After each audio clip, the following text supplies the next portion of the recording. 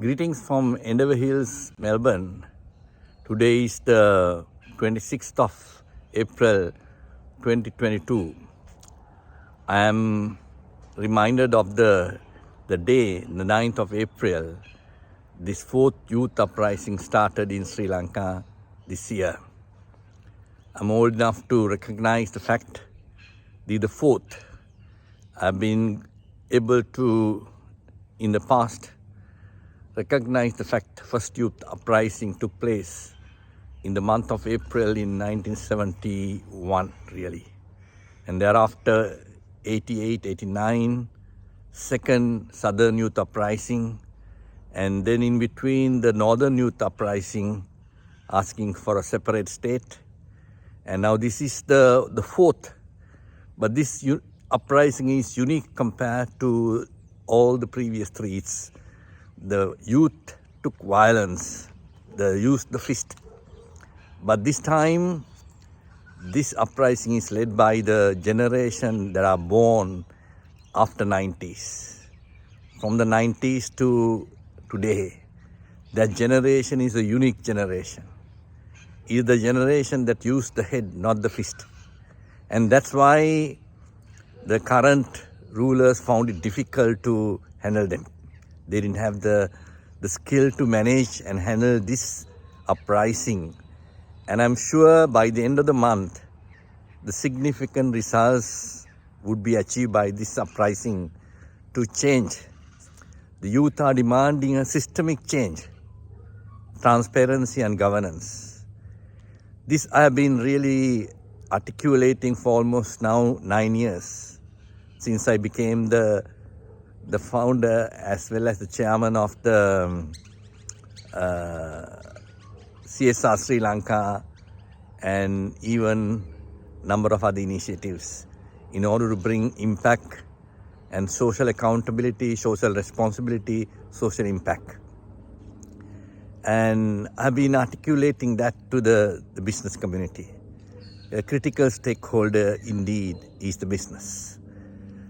Unfortunately, the businessman was making hay while the sun shine, taking the political advantage and network and connections and making money, exploiting it, and exemplary profits, exponential profits were their journey. But this is now coming to an end.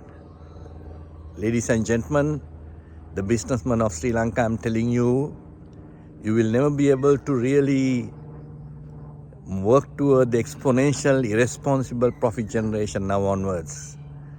There is a transparency, the governance, accountability.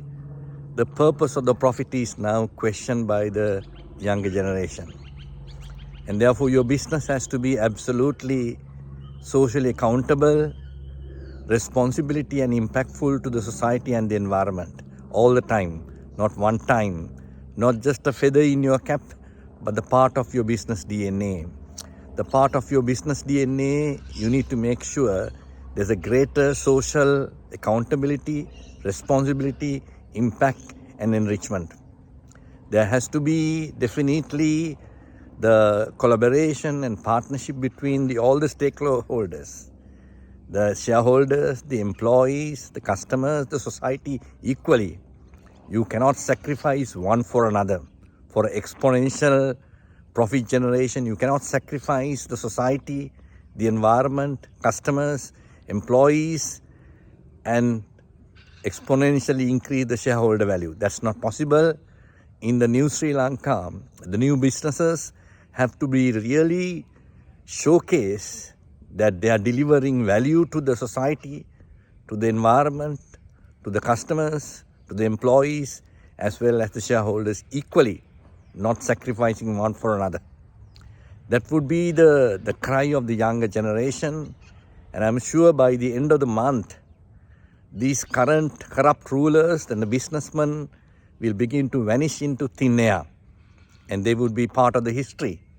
And if you businessmen want to really play the games by the old rules, I can tell you that you may have to really rethink of your strategy.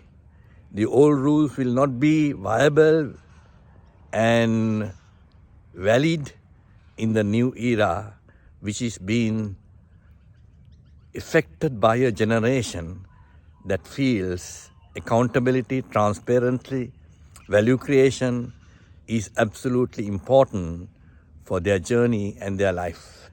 And if you are convinced, there are few business organizations and men have already come and partnered with the young people, the youth, but there are others who are really still hiding because they have been the beneficiaries of the regimes previously, not only this current regime, but even the previous regimes. They have been beneficiaries. They have made so much of money and parked in the safe havens for their own benefit. But I can tell you, the value or the wealth that you earn for 10 generations will not pass even to your 4th generation. Third generation is the last.